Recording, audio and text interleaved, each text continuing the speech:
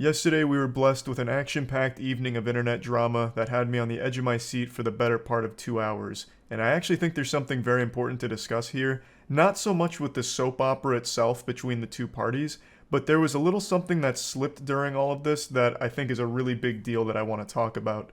Now, I'll go ahead and break down the situation for you in case you weren't on Twitter, and if you weren't, God bless you, keep up the great work, you're doing amazing, champ. Now, it all started on Twitter, but it did spread to Twitch with competing live streams where one side was giving their take on the situation and the other side trying to debunk it.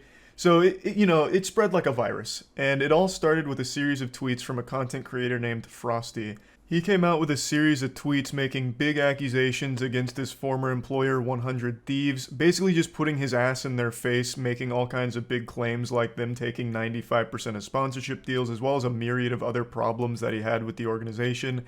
I'm sure I don't need to explain who 100 Thieves is to you, they're one of the biggest names in gaming, but I'll go ahead and give you a brief lore recap just in case my grandma's watching and doesn't know who 100 Thieves is. 100 Thieves is a pro gaming organization started by a massive content creator named Nadeshot. They've been around for about 4.5 years now, and they have really taken the scene by storm. They have pro gaming teams as well as big content creators, and Frosty was part of one of their content creator teams called The Mob. The Mob sailed away from 100 Thieves some time ago, but Frosty has now come out with big claims against the org, talking about how shady and shitty they were. And in response to these tweets, Nadeshot, the founder of 100 Thieves, went live on Twitch to address the controversy directly. And I know Nadeshot doesn't own Arby's, but he brought the meat regardless. He spent about an hour and a half finally pan-searing Frosty's cheeks in front of 45,000 people. It was a pretty well done response to everything, and I do like Nadeshot. However, he said something and revealed something that a lot of people are writing off as okay when I don't think it should be. And that's the percentage that 100 Thieves takes of the sponsorship deals they bring to the creators. This is him debunking the 95% claim from Frosty. That we took 95% of their sponsorship deals that we brought to the mob. That is unequivocally, undeniably, without a shadow of a doubt, untrue. It is absolutely untrue. There is no basis for Frosty to say this. At one point, I have an email that the key terms of these deals that we bring to the mob, we would retain 85% of revenue. We did 3 deals for them, and two out of the 3 deals, they took home 65% of the revenue from that deal. Okay, 65% of the revenue from that deal. To me, that's not an amazing look. This is entirely wrong. This is the biggest load of fucking horseradish I've ever seen in my life. I don't know where this 95% number is coming from. It's actually 85. You know, like, that's not much better. Wiggling your finger, well, actually, it's 85% that we'll take up to. Now, Nadeshot, of course, does go a bit deeper into the weeds of it, saying that they did end up giving 65% to the mob for, like, one of their deals in particular, which was a $200,000 deal. They walked away with 120 grand, which means 100 Thieves took 80 grand. They got 35%. And that's still an outrageous amount. I have seen so many people defending this number, saying shit like, well, they wouldn't have had the sponsorships without 100 Thieves, so they're entitled to 85%, and they were generous enough to only take 35. That is a fat, stinky L of a take right there. That kind of naive mentality is exactly why so many creators have been getting fucked in the face for the last 10 years online. Most creators, professional gamers, streamers, whatever, are pretty young, and they don't realize that they shouldn't be signing contracts that have something that extreme in them, like up to 85% we can retain from sponsorships. Even if it said like 35%, that's still a glaring red flag. They don't realize they're being exploited like that. Now, I don't think Nadeshot is doing this maliciously. This is just how the industry has been for about a decade, where the big businesses know that these people are young enough to not make a big hoopla about the sponsorship cut that they take, because to them, they're just making content, doing what they love, and getting some free money on the side because a company's finding ads for them.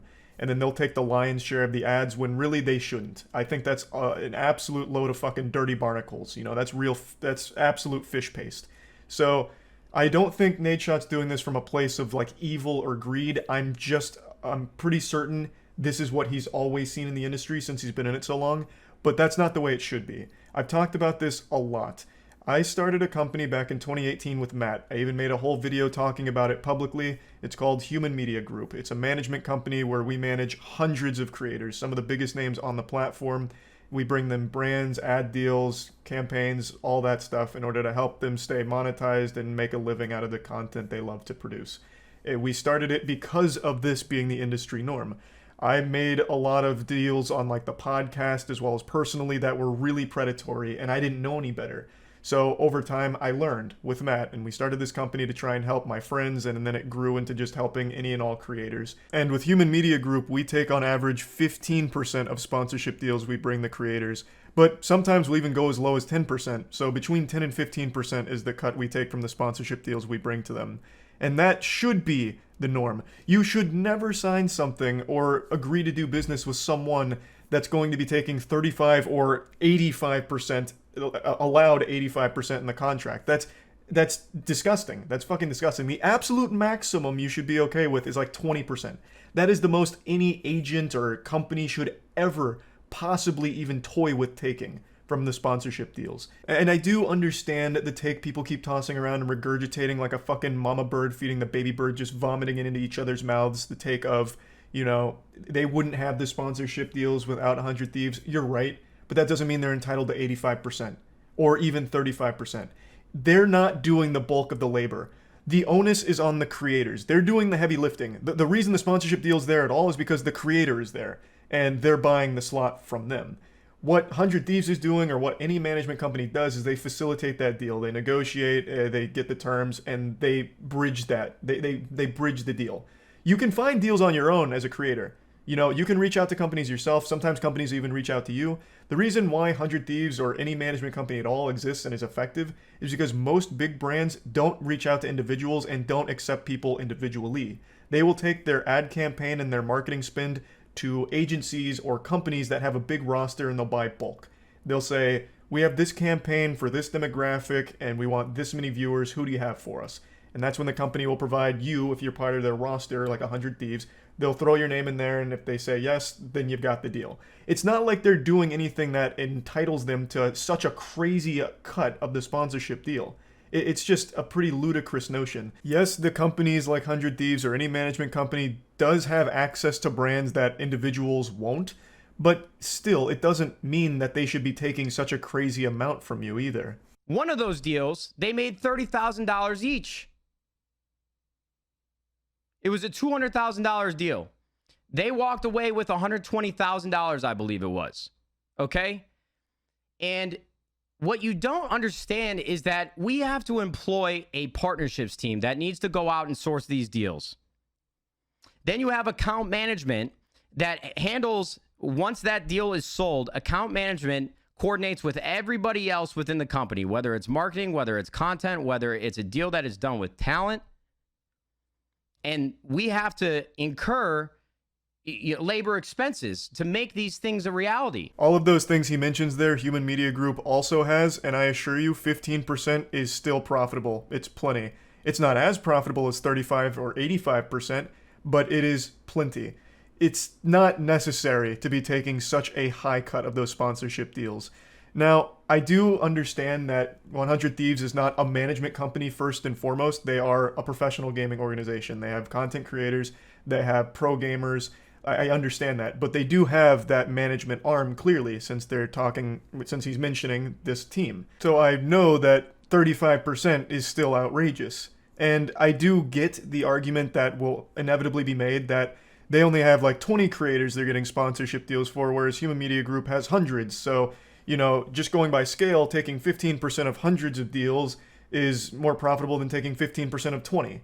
And that's a fine argument to make, like, I get it. However, those 20 creators that 100 Thieves has are massive. He mentions a $200,000 deal. That's one campaign. If you took just 15% of that, that's 30 grand from a single marketing campaign with a single member of the 100 Thieves community there. One single group.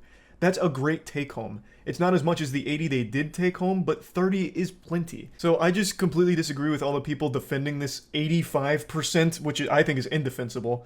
But even the people defending the 35%, I just think that is still excessive, and we need to get past this idea that the companies that are getting the sponsorship deals are the ones that deserve the biggest cut of it or a massive cut of it. because that's just not how it should be. It should be the creators getting the bulk of that deal, because the deal is there because the creator's there in the first place, right? Like it's just we're getting it backwards now. We're starting to go in reverse here. So I just wanted to get that point across, that I think 100 Thieves, if it's 85% for all their creators, is outrageous, or even 35%, it's way too high. Now, I do want to go into a bit more just to conclude the entire situation here with the drama. I think overall, Nadeshot came out of this looking significantly better than Frosty. One of the big claims Frosty made is that they were completely broke when they were signed with 100 Thieves. They were forced to move to West LA, and their salary didn't enable them to like have any quality of life, talking about like having to skip meals sometimes to pay rent, and that they were living in a $10,000 a month house. And that is true. According to Nadeshot, they did get encouraged to go out to West LA. However, they chose the $10,000 house. And even on Frosty's own stream, he tried to make a point saying West LA is so expensive that, all we could do was take a $10,000 house. But then he goes on Zillow and immediately proves himself wrong, just spits in his own face. He brings up other cheaper alternatives. There were some for like $5 or $6 grand a month as opposed to $10K a month. So they were cheaper alternatives where they didn't have to dump their entire salary into rent. But overall, I don't think they should have been forced to go to LA in general. No one should be. LA sucks. I fucking hate LA. I'm just not a fan. I think it's way too expensive. Their salaries were $2,500 each, and that doesn't go a long way in LA, so I don't think they should have been forced to go there anyway, but they did make a mistake choosing such an expensive place to live. Nadeshot said it was their choice to live there, and it was. He confirmed that there were cheaper alternatives that they didn't even consider, I guess. So overall, a lot of the responsibility fell on Frosty, and a lot of these claims seem to be baseless. But it's a lot of just he said, she said. But again, I think Nadeshot came out of this looking much better. I think he did a great job of defending himself, and Frosty kind of made a fool of himself, especially towards the end where he said this. You literally provided no proof? Bro, because for me to provide proof, like what is there to provide proof of? Like why would I be lying? Like I would have to show text messages. Like this is what I mean, bro. This is why I wanted to wait. You were the one that made the claims. You should have like something, I would expect. And what do you mean there's no reason for you to lie? You have plenty to gain out of lying. Well, clout. You got, 30,000 concurrent viewers during your stream debunking it, and you hadn't streamed in 3 months, and before that we're averaging a couple hundred. Like, there was so much to gain out of a controversy like this. There's plenty of incentive to lie. At the very least, Nadeshot was open and honest about things, even something as bad as the 85% of the sponsorship deal thing. Nadeshot also pulled up metrics to talk about like how they weren't doing content and certain things. Nadeshot did come with receipts as well as like actual evidence to back up what he was saying to defend the company. Frosty spent the whole stream just saying stories and like talking about things in a roundabout way. A lot of times it just seemed like straight up entitlement, like he was expecting them to bend over backwards to do everything to make them happy at all hours of the day.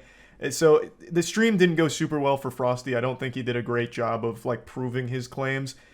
Maybe he'll come forward with like actual evidence to support these things in the future, but for now, it does look like Nadeshot like did the best here in this situation. I just wanted to talk about mainly the sponsorship thing, since that's what I took a big issue with, not so much the drama between the two of them. So that's really about it. So yeah.